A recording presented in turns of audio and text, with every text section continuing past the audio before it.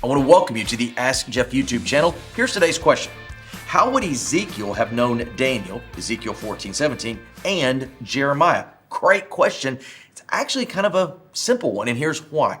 Ezekiel is what we call an exilic prophet. We classify the prophets into three types or I guess chronological categories. There's what we call pre-exilic.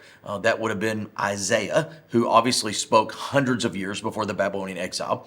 We have post-exilic, Malachi, right? But then we have exilic during the exile itself, and whom we know as Ezekiel was a prophet of the exile during those famous 70 years. We know that Daniel was a part of the exile. Remember, chapter 1 of the book of Daniel, they go into Babylon. He's trained up by the king. He refuses the meat, the wine, etc. Then you've got Jeremiah, who is the only prophet that was pre-exilic and went into the exile. So Jeremiah, Daniel, and the prophet Ezekiel all would have been held in captivity in Babylon. Now, this is why it's important.